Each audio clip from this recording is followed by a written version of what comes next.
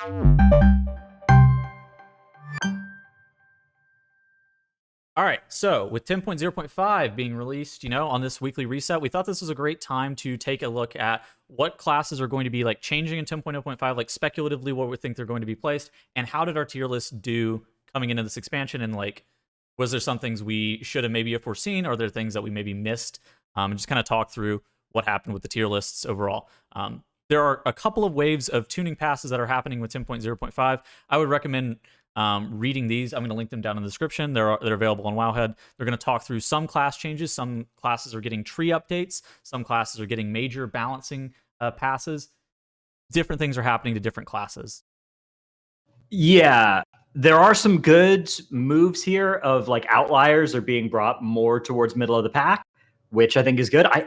Looking through the changes, there's nothing that like jumps out at me as something that's like hugely going to change the value of any given spec. So I think that mostly it's gonna like, it's always good to bring the outliers in, and I think this is going to do that. And I think that the talent changes are going to be good for quality of life and enjoyment of the classes and stuff, and giving them a little bit more of a toolkit in some places. But I don't see this as hugely shaking up like the making a class go from worst to best or whatever type thing. Yeah. There are a couple that I think are going to like really improve. Like, I think Brewmaster in particular is Dude, Brew is already good. That's the thing about Brew is people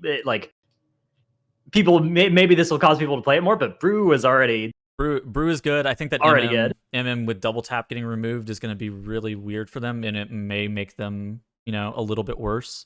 Some situations beyond that, but I don't feel like this is going to shake up like majorly what we've seen in the meta. And now this may be just completely wrong, and there may be some things that we end up having not have foreseen. But let's take a look at.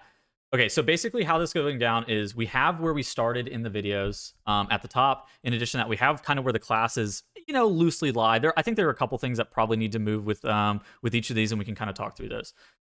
Starting off, yeah, it's worth noting that from the videos as well, there were balance changes that. So like there were some mistakes that we made, but then there were also some that were correct at the time, and then balance changes changed, right? Like yeah. So there were quite a few changes since the videos were made. Immediately right off the bat, like even before anything happened, Havoc ended up getting nerfed like 3 times. 3 weeks in a row. Yeah, 3 weeks in a row. They ended up in S tier. Generally, our S tier has kind of stayed the exact same as we had it. We had that Sub and Outlaw were both going to be in S tier. We had that Windwalker and Demonology Warlock were going to be in S tier. Now, a lot more players are looking to play Destruction now, and so it may be a situation where like one of these Warlock specs is actually A tier, and then one of them is S tier. But it seems like Warlock is definitely in a state where they are probably like generally an S tier DPS, and I think that our S tier was more or less in line with what we saw for a while. Yeah, I think you could make an argument that Enhance could be up in S. I also think you could make an argument that Warlock should be like an A. So I think that's reasonable to put Enhance in S just purely based off damage. But I mean, even at the time, we knew that Enhance's damage was good, and just like our reasoning was pretty valid. Like their defensive survivability, we thought that it was going to be questioned pretty heavily. AG is pretty lit though. That is a powerful button.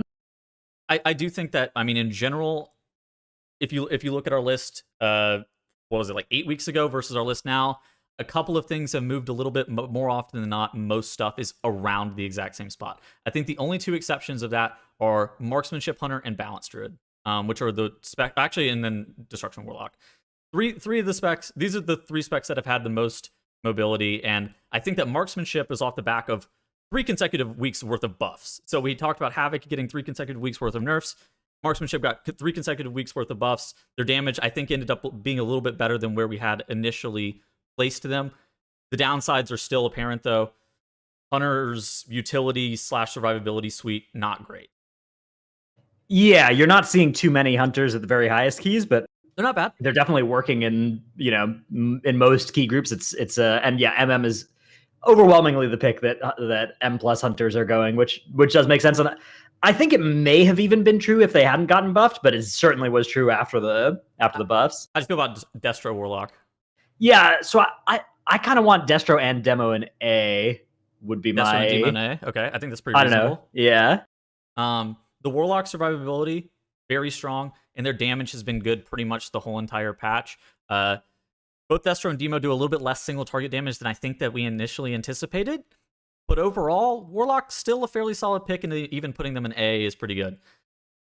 Now, Yeah, Moonkin so is still an A, but I think they probably should be an S. okay, yeah, Moonkins are definitely seeing a lot of play in the very highest keys. It's a spec that requires a lot of maintenance and gameplay to be done well. So it's something that I think the gap between a Moonkin pressing 90% of their buttons right and pressing 100% of their buttons right is way bigger than like a Rogue, for instance, or a Havoc Demon Hunter. So we have Moonkin and C initially in our DPS list, and Dorky actually agreed with this, and a lot of it came down to their damage being like really, really bad. They got a hotfix buff that buffed their AoE damage by like 20% in the middle of the first week, and that has put them in a spot where they're doing Rogue levels of competitive damage in some of these dungeons. They're not like as good as Rogue, but I think that they are pretty solid. Yeah, so I mean, potentially without that buff, it still would have been better than C, but I think the buff does explain most of the difference there. Yeah, I mean, yeah, may have been B or something, but like in general, if we moved stuff, it's moved like 1 or 2 spots. Those are the only 3 specs that moved in a large amount. I think that overall, it's looking fine. Yeah, I was a little worried. Like, I mean, going into a new expansion, right? It's the most like uncertainty you can get, and I actually think that these ones did really well. I think the only thing that I'm looking at is like potentially going to change positions with the DPS is maybe this Destro's getting like a little bit of a buff on some of their damage coming into 10.0.5. We already know that Destro is fairly strong. This may, if you thought they were A, this may move them into S potentially. Yeah, we'll talk about. I guess we'll come to a decision about which of those tiers to put them in as. But it's like again, generally though, I don't know how much is actually realistically changing with like the tiers with 10.0.5. Maybe Arms is going to be a little bit better as well after a decent. And Fury too. Fury's getting some buffs as well. I don't think that Fury's coming out of A though, is the thing. Right? Yeah, okay, fair. Fury was already good. Okay, A may have even been a little high for them in last season. Maybe that's high B, but yeah. Let's move on to talking about this is Raid DPS. Yes. So Raid DPS, I think that initially we had like Havoc and S. Again, they got 3 weeks consecutive. 3 nerfs in a row, yeah. And there were still guilds playing 3 on Razageth. Some were playing 2, some were playing 3, some were playing 1, right? Like, that spec is still really good, but yeah, obviously not like Havoc tier. Immediately looking at the outliers, Havoc is in S, MM is in D. This is a situation where, again, they got 3 consecutive weeks worth of buffs. They ended up... We were ranking them probably a little bit too low to begin with, but that quickly got corrected with. I mean, they got a 10% buff or something like that. Yes, that was a large buff. Heavy Shots also got 20 buff from 10% to 25%, which made them one of the top DPS on Primal Council. But it is worth noting as well that even with those buffs, Hunter remains the only class that guilds weren't always playing on Razageth, which is pretty. I feel like that kind of goes to show just how much the kind of inherent lack of key utility, low survivability that hunters bring is a liability that always means that regardless of what their sims are, it's like their guilds can drop hunters and they can't drop any of these other classes, really. All right, so just looking at it a little bit, we had a lot of stuff in B tier, and I think we had a couple of things in A and a couple of things in C, but we generally had a lot of stuff in B. Fury Warrior ended up being a little bit better than it was when we thought. Arms was a little bit worse than about what we expected. About where I think we had it there, yeah. Yeah, exactly. It's about where we expected. In general, though, we put a lot of stuff in B tier. We saw a lot of 1 copies of pretty much everything in some aspects.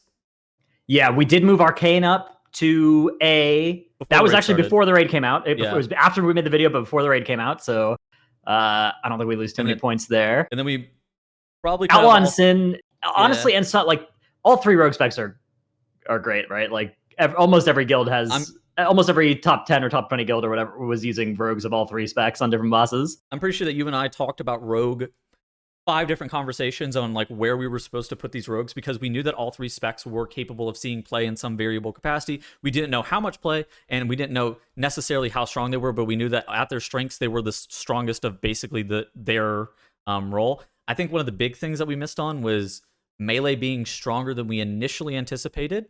We thought, I think that in general, we hedged our bets and we thought that melee was going to not see too much play, and so it was difficult to put a lot of melee into A tier. I think that we could have argued to have a couple more melee in A tier potentially, but it's probably fine. Yeah, I mean, none of the specs that you're seeing in B besides Subtlety Rogue had like multiple copies and high kills, right? Like, I guess there were some guilds that were. I don't even think there were really guilds running 2 Fury Warriors or two DPS DKs. Yeah. I mean, just looking at this, the only thing I would maybe even look at is like Unholy Death Knight is like the only thing that I really question being in C tier. But I haven't seen much of it. I just know that it performs well in logs, and so it's like, yeah, Unholy is the thing where like if you look at like the heroic DPS rankings, it's the top spec at that, and that's sort of one of the things where when people criticize these lists, they look at that. But this is not designed to be like a who is going to do the most damage on heroic statistics, rank 1 parses, right? Like this is like who's bringing the most value to progression. And Unholy was not really used very much in high-end Mythic progression. You can, and there are guilds that are doing it now, but among guilds that have killed Razageth at the time of recording this video, very few Unholy DKs were used for progression encounters. Unholy, when it is typically used for pure single target situation. It's used for like burst single target. In reality, I've seen some guilds like elect to play it at some points on Kurog just for boss damage when they didn't necessarily want the 2-target cleave from Frost. But it hasn't seen, again, like you're saying, too much top-end Mythic progression. Not that it's necessarily bad. I think that you could argue it's supposed to be B tier, based purely off the numbers, though. But in reality, I don't really see too much difference. I think that B tier for a lot of these specs is justified. We can see a lot of 1 copies of pretty much everything. Now, to be fair, we also probably had Fire and Frost too high. Luckily, Blizzard have helped us out and buffed those specs 7 times or something, but yeah. Those probably did not belong in B at the time of recording. Those probably belonged in D or C. Yeah, but they have been buffed a lot now, so. At time of recording, those 2 specs were definitely a lot worse than, or not a lot worse, but like a decent amount worse than we necessarily Again, we thought. did move the Arcane before the raid actually came out as well, so. Yeah. That's pretty good. Okay, let's move on to healers. I would be willing to like rework this even right now. Well, let's take a look. Was this what we have? Have we made any changes to this is what we have healer right order? now. We moved Evoker up, I think, was all we did for this, right? Yeah. So this is the end. We took Evoker from B to A. Yes, and now, that's the only thing that we realistically made, and that was correct for Race to World First guild. But I think that after the Race to World First, there has been I don't want to say a large, but a decent shift in regards to like how the healers are necessarily performing, to the point where if I'm looking at this right now, not factoring in like Race to World First, I'm putting like Preservation Evoker in S, I'm leaving Holy Paladin in A, I'm probably moving Disc down to B and moving Resto Druid up to A. Yeah.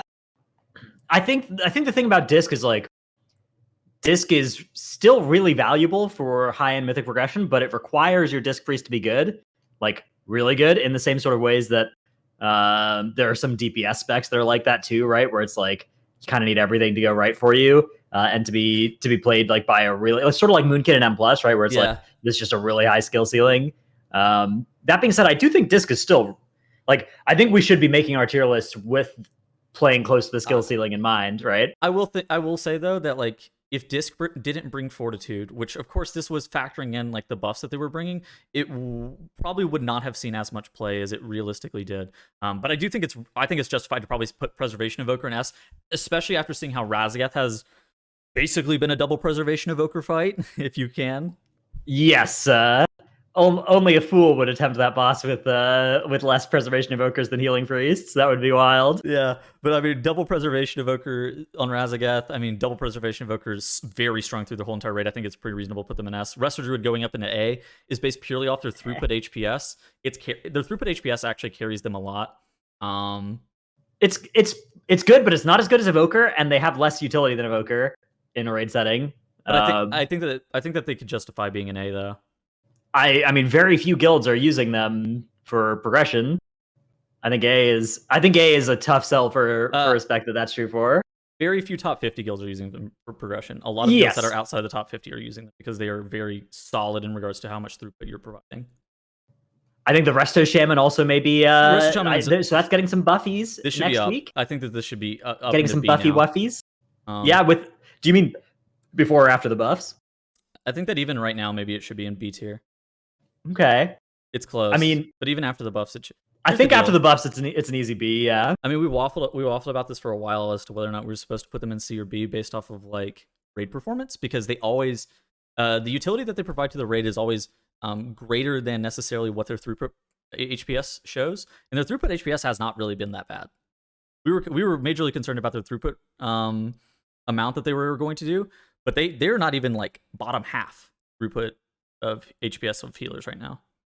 Yeah, I mean the argument though that like they bring more than their HPS says, that's kind of true for like most of the Down like the non-Mistweaver Evoker and Druid healers, right, are all providing DRs or stuff like that. That means they're doing better than their HPS numbers suggest, right? I mean, the downside is like they can't even live on Razageth right now. Yes. So Razageth in particular does some weird stuff because like, would we really be this high on Evoker if they weren't so sick at saving themselves and somebody else on Razageth? Probably, but you know, we don't really have that counterfactual, right? We've never seen a tier without an end boss that Evoker is OP on. And similarly, like priests and shamans are, and Mistweavers to a lesser extent, are like in a war zone on that fight, right? And paladins, it's like, yeah, I don't know. Mistweaver can save themselves. Restorator can save themselves. Preservation Evoker can save themselves, and the other three healers or the other three healer classes need a lot of help. Yeah, I mean, it depends. Like different classes need help on different numbers of the pushbacks, but it is still. It's just a very weird texture of an end boss fight, and it's hard to separate that from a tier list like this, right? Like it's hard to really consider, okay, what if that fight didn't operate this way? But also, you know, we shouldn't, right? Like the tier list, it's weird. Supposed to factor in how the actual fights are, right? Yeah, it's so weird because I don't think that necessarily Race to World First guilds and like I don't think that Race to World First guilds and what they played is going to match exactly with like the tier list itself. So in a very weird way. Well, I mean, Evoker, like guilds were swapping either already had prepped or hard swapped to Evokers. Yeah. It's mostly like it's mostly like the disc, I think is what questioning. Maybe, yeah. Okay. Tanks are so weird right now. Yeah, so tanks. Initially, this list was exactly the same as is right now, except Warrior was in S, not S plus. Yep. And then I came in and made it S plus tier after the first few weeks, because honestly, not even so much because I personally believe that Warrior is like that much better than the other tanks, but just because like so many guilds are running 2 prop warriors. Yes. And every guild that's not basically is running 1 prop warrior, like among the top 100. Now I want you to explain this now. After having seen both Broodkeeper and Razageth, how are you feeling about this ranking specifically? So through the first 6 bosses, this was the ranking, and like this is very double prop warrior. Basically, every single guild was running double prop warrior. I was playing double prop warrior. You guys were you guys playing double prop? We played warrior DK the whole tier. Okay, you guys played warrior DK the whole tier. Now, looking at this right now, where is Blood DK supposed to go? Where is Brewmaster Monk supposed to go? Because both of these tanks are, I feel like, a decent bit better on both Razageth and Broodkeeper. So I think I think that the Blood DK in particular, it's like, okay, this is really sick on these last 2 bosses, right? Blood DK, you AMS every other P2 Broodkeeper, okay, Mortal Stone Claws that immunes 2.5 million damage or something like that. It's insane. Unbelievable amount of value out of that. Brewmaster Monk, I'm a little bit less like, if you told me that there was somebody who was equally good at Prop Warrior and Brewmaster Monk, could play either, could have an equally geared character of either, and we were bringing them in on Broodkeeper and Razageth, I think I would still want them on Warrior. Certainly, I would want them on DK over either if they could play that too. DK is I think just super sick for those fights. But I think that when you look at the Warrior kit, it's like, yeah, maybe it has a slightly harder time living than Brew, but you know, it can do it, and it can do it while bringing a rally and bringing more damage. Well, not necessarily more damage, but bringing a rally, and that's I think something that should be worth something. It's interesting because I feel like we were pretty spot on for at least like what players ended up playing throughout the whole entire tier, right? Well, I mean, I think that if like to match community perception, we would have had like Brew, we would have had some of these non-Warrior and DK specs lower, right? Like, yes, I think it was pretty like aggressive, like high on these non-Warrior and DK tanks to have them up in B, given how the sentiment at the time was that like Brew couldn't tank a boss, right? But I think I at the time I remember saying like, look, this is a spec that has Celestia Brew, Diffuse, Dampen, Zenmet, right? You have like Fort Brew. You have so many buttons that are on relatively short cooldowns, except for Fort Brew, but relatively short cooldowns where you can make sure that you have something for like every tank mechanic. Like, even though in theory it's squishy, it's not actually squishy against incoming raid damage in that way. So I don't know.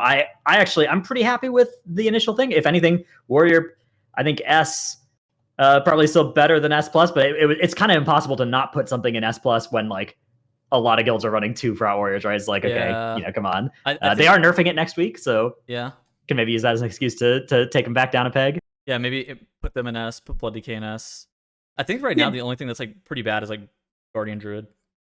Yeah, I agree that Guardian is maybe the one that should have been in C here. Although, there are guilds that have killed the boss with Guardian, but that's not that's not inherently an argument against it being in C. That's always true of C tier specs. They also have bugs on a lot of their stuff coming into the patch, is what I've heard. Well, coming to 10.0.5, they have bugs on a lot of their stuff that's getting changed.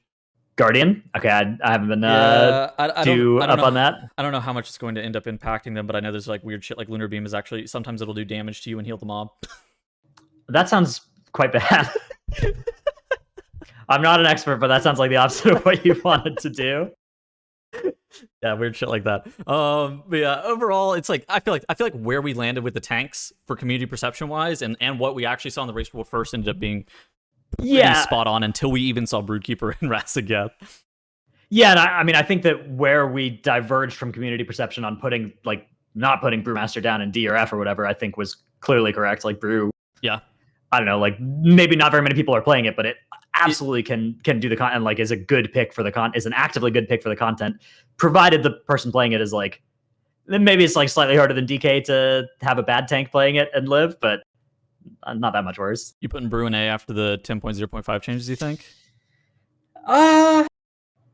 So I actually don't think those changes are too impactful to like raid, yeah, or to the spots where Brews like would still struggle. Yeah, it makes them a little better, maybe, but I think it would probably be.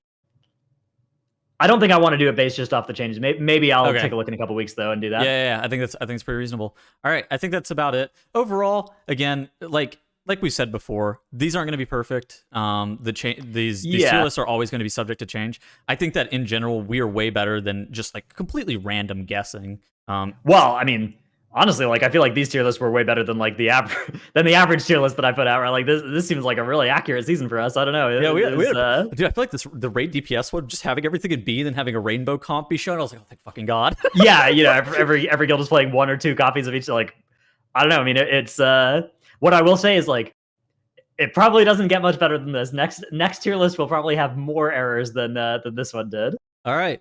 Overall, pretty happy with this. Again, we're going to continue to update these. We're going to be updating them for 10.0.5 once we get a little bit more data and things start to kind of solidify with the meta. We're gonna end up. Yeah, I mean, we may push some of these updates that we just talked about for that release, but yeah, we do keep it updated like on a weekly basis as needed. All right, cool. That's going to be it from us today. We hope to see you guys later, and we'll see you guys next week in next week's video.